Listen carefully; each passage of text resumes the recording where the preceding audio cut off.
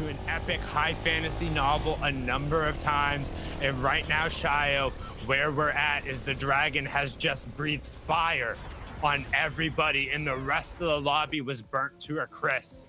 Except Aqua, Ciara, and Fastroki raised their shields, covered themselves just enough, and they said once more, and if they can hit those 3 shots, if they can win these 3 games and put up numbers, there is the smallest of chances they can slay the dragon and free EU from what has been an absurd run from Steady, Cammy, and Teak. But that's it. There's one other horse in this race. There is one other competitor standing who could potentially unthrone it. They passed the Chapter 2 Season 7 victors point total last match before they were even able to get that top 2. As we hop on board another fight over here in Steamy, and Doretta gets to trade out onto Malabuka, but at the cost of his own presence in the match. Mustache gonna be able to pick it up, and we'll have a 2v2. Insane setup, and we're basically at a final game before the final game kind of even starts. Shizo, Mustache, Malabuka. It's always a trade back and forth here. You're right, Stompy actually going down to Crow, so there's even newer revelations happening on the other side of the map.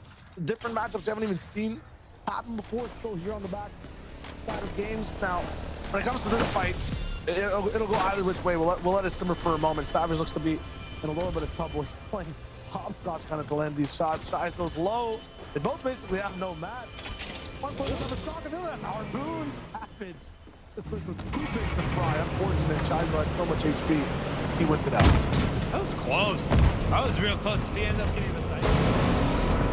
Harpoon hits like a truck. You don't necessarily think about it, but unfortunately for Shizo, yeah, they're able to clean up the fight, but this personal triangle come in.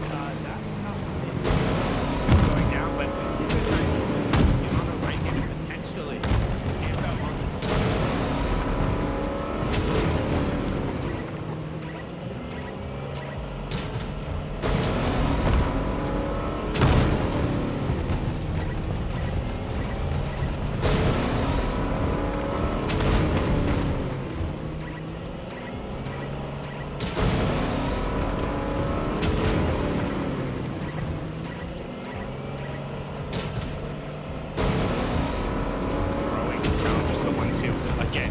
only do they need to win big. And then eventually Cammy, Steady, and Teak have to place outside the top 10.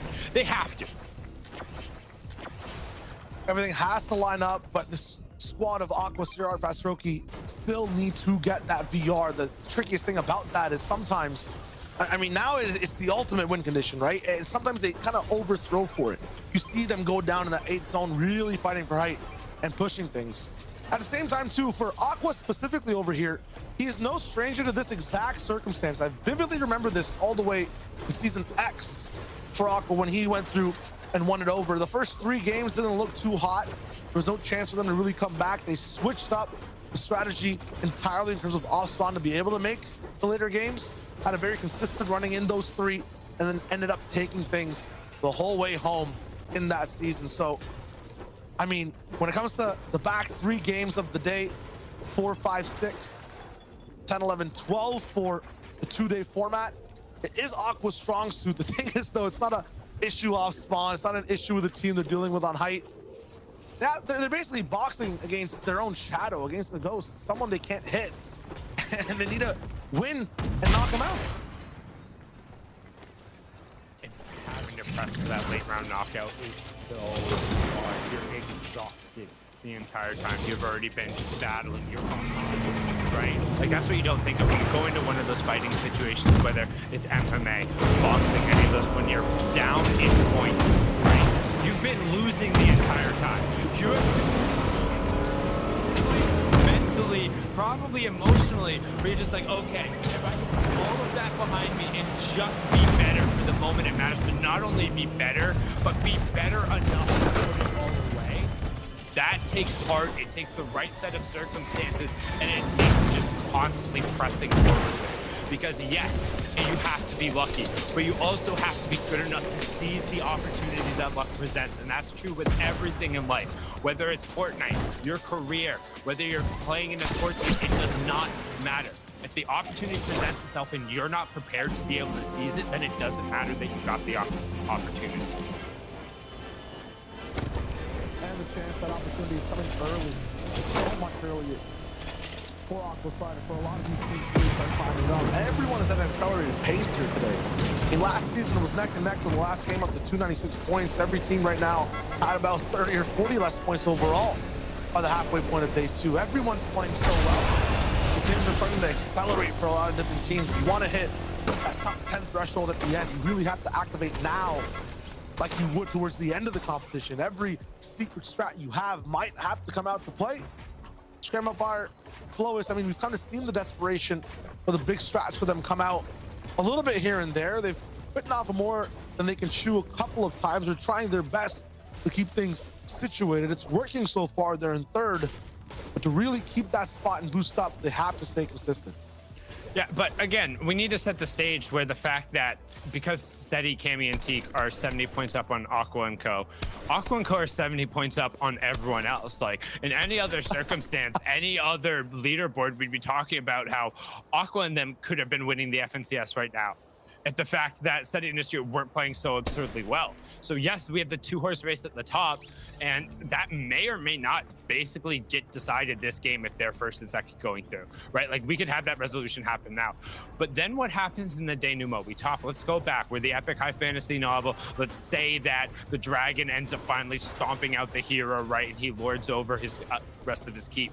Well, because the dragon and the 3 main heroes have been taken out, there's now this big power vacuum in the form of all of the points that they sucked up in the first 10 matches are now gone. Like, nobody is able to get those. And if you look at the rest of the leaderboard from basically 3rd to say like 15th, 16th or so, that's really up in the air. So you have that 70-point drop from 1st to 2nd. You have a 70-point drop from 2nd to 3rd. And then there's a 70-point drop from like 3rd to 15th or 16th.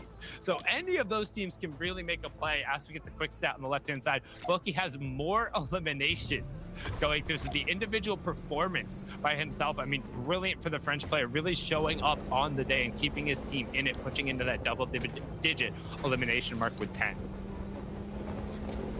I mean, the reason he's probably matching up against so many people in the top 10 is because that's switching over. You're talking about how close it is, right? Every game there's probably new trios who they're fighting, but are also just there for that one game inside the top 10. It's definitely very close towards not even the bottom of the board, but just the top half, and all the way till game 12. That's a huge shift in prize money as well. From like 4th down to 9th, it's almost $100,000 of a difference for these teams. Like, that is huge. It's going to be neck and neck the whole time. I already see a bunch of ties in points. I see people side by side on tiebreakers as well. 1-point differentials, 5-point differentials. That's barely even, you know, one big placement or one trio wipe. It's huge in terms of all the way down to the last moment for a lot of these teams. And 2 Stormer at Kiriachi, they're one of them. They used to be all the way towards the very top, no questions asked. Now they're kind of in the middle of the pack with those top teams. 214 points on the day. Floki, Clement, Deciptos are right above them by almost about 10.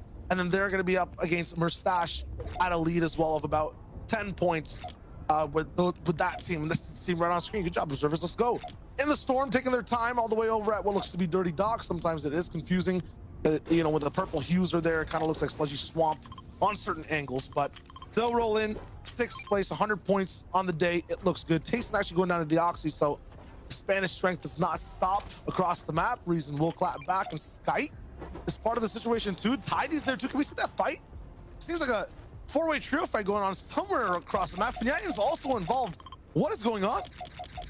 You can see right now she's out just trying to get to a spot where she's going to be able to pop the med kit, but with the 1-tick zone should be okay. There's plenty of storm surge trades happening on here, so not necessarily too worried about the players off in the zone. Malbuka also going to be able to get his own med kit off as they do just continue this rotation, trying to get out of what was a decently dragged out fight over in the corner of Steamy Stacks. But the reality of the situation is, as you talked about last game, where these teams have been splitting in terms of their points. They're going to hit the Shadow Keep for that bounce pad added rotation and take to the sky Shio like the Wraiths. Seeing some big surprises there when it comes to those Shadow Flopper strats. I think it was Janus' team that might have even got a 25 elim win if that strat fully worked. It's huge. On this map, to understand, this team is majority in the lead. I really want to tune in with Aqua's position for this zone. They really have some very cool high ground bases and control out of the lobby, and through their lens, we can also see some of the other teams. One that's kind of gone under the radar that's been really active today, for me at least, in the way they've been playing, Rifla, Kinzel, and Jerky. They've kind of done this type of steady cam thing on low ground, but at the same time, been really active when that end game starts and getting eliminations, and that half and half. Rifle's picked up so many, I think, elims in that first game that started on the day. It got them a 4th overall. It's been tough for them to translate those Sundown, those 5th zone elims into a win overall. They don't really get that many more eliminations once those zones start to move. Yeah, the Become Legends player, Rifle, has really been seeing his name up in the feed in the left-hand corner. Of course, having representation across a number of players here. Seti also playing for the same org. You can see we do get the Storm Surge warning on the right-hand side, but they've never had to worry about it. It's built into the gameplay, and it was kind of the defining factor in why they started this split in the first place. Yeah, they're a little bit more passive in play overall, like they usually do, looking for a few shots. Another team to mention, too, if we can check in with them, Sean VP Xenolith Remix. I think one of the most drastic differences in gameplay styles from game 1, or from day 1 to day 2, excuse me. On day 1, they were looking to just trying to interrupt teams, trying to go for these fast third-party fights, especially over at Believer Beach. Once that conflict stopped, they kind of had to switch up their game plan. They're looking to be alive as a trio more, focusing on the end game a lot, kind of playing like Aqua 2 towards the mid with these big bases. They're not getting into trouble as, you know, per usual. And Aqua has now won 2 FNCS finals in every single one he played. Don't forget, he did take a little bit of a break there when he had the wrist injury for a while, but that's absurdly impressive. Again, largely it has been the 12-game format, but still winning 1/6 of the games you play in the finals every single time you show up, knowing that outside of eliminations, like assuming no eliminations come with it, you're still guaranteeing your team 60 points in every finals. That's an impressive chunk. Scram Hellfire have not had that guarantee, but they have been very scrappy and aggressive with a lot of teams. That's what their storyline has maybe succumbed to sometimes as well, because that scrappiness sometimes elevates too far to take one extra fight they maybe don't need to. But they are some of the reasons a lot of these teams on the lobby are getting lobby focused. They're one of the ones to start that pressure first. The Voxy as well, next to Verox, both in the same situations from the same side of the map, are going to go head to head, and Astro's actually going to take him out. That is huge. You can really be the king in the East when it comes to entering this end game. Only one trio will be able to survive this fight. Yeah, and it looks like Astro, Varix, and Michael, they're going to be fine with that. They'll pick up as many of the resources as possible. They're well above Storm Surge. They're also in one of the natural high ground positions. So if they want to invest some of the extra mass they get from that elimination to just build out their base a little bit, they can make themselves kind of on that bear defense, you know, where you make yourself look absolutely monstrous. And you're like, wow, there's got to be like 6 or 7 trios over there. In reality, it's like 2 trios boxed up underneath and 1 trio who just happened to wipe another 2 who are under the bottom. We do see Floki, Clement, and Deceptos. We talked about how Floki has had a lot of eliminations against that top 10 today. That's just because they've been making it into those end game scenarios, and we've had the consistent trios, as well as the little swap that's been happening on the bottom part of the table. You can basically cement the fact that Steady, Cammy, and Teak, as well as Aqua, CR, and Frostroki are going to be one of those 2. And while he's had decent trades going out against them, he's really cleaned up against the rest of that kind of 2 through 10 spot. As we do have 5 points going over to the rest of the lobby with Shizo finally going down. Elocrast is going to be the one to pick that up. So that's another 5 points that Cammy, Steady, and Teak get. And Shio, so now everybody is watching. We have 3 games left, right? This is a 12-game series. We played 6 yesterday.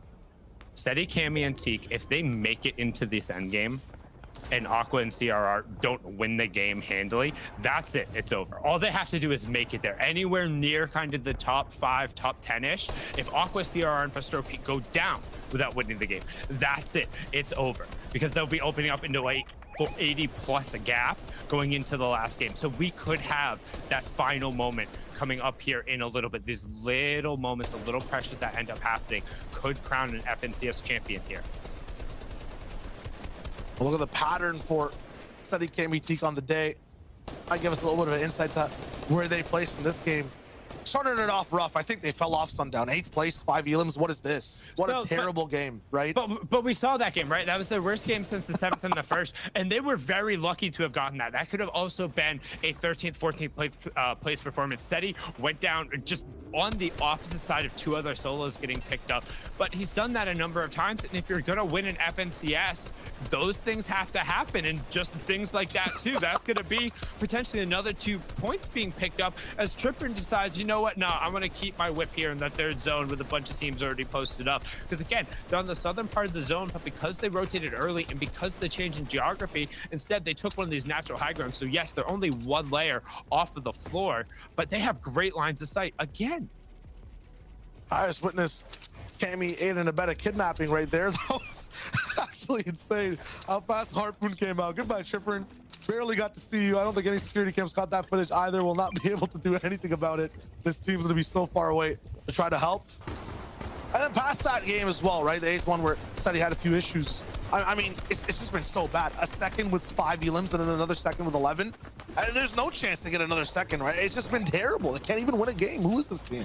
But one thing to note, so Aqua, CR, and Frostroki have won 2 out of the 3 games today. But look at the point totals you see on the right-hand side of your screen. 117 for Cammy Fed, 117 for Aqua. They literally have scored the exact same number of points today. So while the rest of the lobby has fallen behind, they have kept that distance between them the same and putting the pressure. And now Frostroki's gone. Frostroki gets picked up on the rotation. If they go down, that's it. Anas potentially playing spoiler and calling it. I was going to say, this rotation is going to be really tough for the team to go east. And we talked about going early or going too late, and they went too early. Nobody had moved yet. So everybody, both on the outside and the inside of the zone, turns, picks them up. No reboot van in play. Shio, the EU FNCS could get decided right here, right now. This is also just so good for Steady, Cammy, Teak in particular to survive. This is a trio that has a lot of respect on the region. When everyone knows that they're alive, they don't play height in certain ways. There were no other elims happening at that specific moment. Everyone saw Frostroki go down, so that might entice a lot of people to leave the low ground, maybe push for height. Gotta remember, it's not just the top 2 we're watching fight, it's everyone, and a lot of people want to just get on top, and right now Aqua are only 40 above Storm Surge overall. So to not have a teammate, to be able to put under this pressurized situation of winning a game against a trio that's doing the impossible right now in terms of points, and to be able to have to deal with damage as well, this is too big of an ask for Aqua and CRR alone. They would literally not only be defying the odds in terms of the math. We talked about a statistic over on NA West. We brought it over a little bit yesterday. No trio has won a game where they have lost a member before the 5th zone closes. We are in the 4th zone reveal. It has never happened. However, there's always an exception to the rule. And I mean, Seti, Cammy, and T have been the exception to the rule before, but they're below Storm Surge. This could be it. 5-second Storm Surge turns on Aqua. He does this all the time. He'll put himself all the way up at the top and just challenge people to shoot him, saying my aim is good enough. I'll trade my shields for your blows. Max distant pull to the opposite side. 4 more players will need to go down, but an FNCS champion could be crowned right now on the back of the purple laser from the sky. 25 every 5 seconds, only a big pot. Chug Splash is coming out as well. 3 more players will need to fall as Scram ends up picking up an Elam. We're nearly into the cascading placement point, so the Delta is also going to close, but 113 below. The time is against them. This could be it, Shio. Number falls lower and lower. One team goes down. They get cut in half. Still 74 below. Aqua is dipping into the 50 pots every 5 seconds. Their bones hurt more. The mental might get a little bit more distraught. CRR is desperate for a tag anywhere on the bottom side. They have no teams to watch. They're not inside the zone. They're not playing the spot they're usually at. They have a teammate down running a race with a broken leg right now. Everyone's patting the air. This is where Aqua can really do some damage, but he's on a clock as well. They have to rotate themselves. They're finding nothing right now. 38 below 2. CRR, he's under a few crucial shots. Aqua is looking for maybe a recycled pad. He's jumping into the zone while taking Storm Surge. They're only 2 below in the air. 29, 25 HP. He gets ticked down by Surge. The captain has gone down. The knight in shining armor. The sword snapped in half. There is no chance. It has to be Seti, Cammy, Antique taking that lead. But CRR is still up. He's wounded. He's on the ground. He's saying, I'm not done yet. You don't have any legs. You can't stand up. There's no shields. There's no builds. There's no rotation. Actually, I lied. He has plenty of builds. But there's no shields. There's no HP. There's very little chance the FNCS could be decided right here, right now. CRR has to win this game. We talk about doing the impossible. Well, can he do it? Surely not, Shio. Surely Seti, Cammy, and Teak walk away. We're into the top 17. It's another +1 point going down. CRR has to find a refresh. He has to find shields, and he does get a little bit of respite towards the zone. So a chance to kind of take in the moment, a chance to say, all right, guys, do you believe? Do you believe in magic? Is there somebody in the backlines? Is there a little bit of a spell he can cast? If there was ever a day for it to end up pulling out some hocus pocus, you need a victory royale? Can you pull it out of the hat? But it looks like it's the wrong season. The leaves will change, the snow will come down, but CRR trying to extend the run, do anything he can. Storm Surge ticks on below. You talk about the insurmountable odds climbing even more. Storm at his back, Storm Surge warning, looming on the right-hand side. We have the leaders in the top right. They'll know as soon as he goes down that the winner is over. CRR, recycle pass towards the outside. Keep an eye on the bottom right, Chow, because as long as he's up, there's a chance. All in a hand where he has no cards. CRR, no shields, 1 launch pad, out of 500 builds. 25 seconds to find 200 damage. He's got to face down a trio, stare into their soul, and survive with no shields. 1 pump shot might be able to equalize, but have to follow up with a few taps of the AR as well. He's rotating perfectly, but not finding any damage. 9 seconds left. Down low on low ground. 8 seconds left. 6.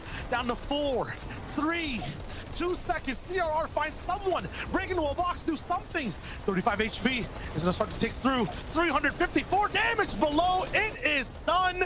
The second place team is out. The chances for any type of close race ended. The Dragons of EU, the mythical beasts, Cammy, Seti, and Teak definitely have the competition, the finals on lock.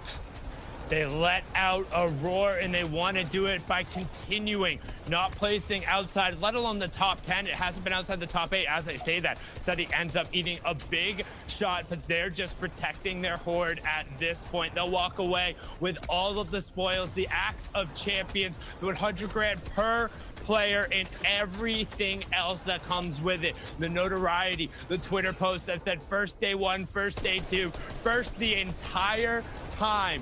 Congratulations to Seti, Cammy, and Teak. But Shio, like we talked about before, first is basically locked up. Second is basically locked up. What happens in the denouement? Who else will be able to slide in the falling action? Who will then sit as the squire in the New World Order that they put forward? And again, what individual efforts do they have left to continue the absurd streak they're on?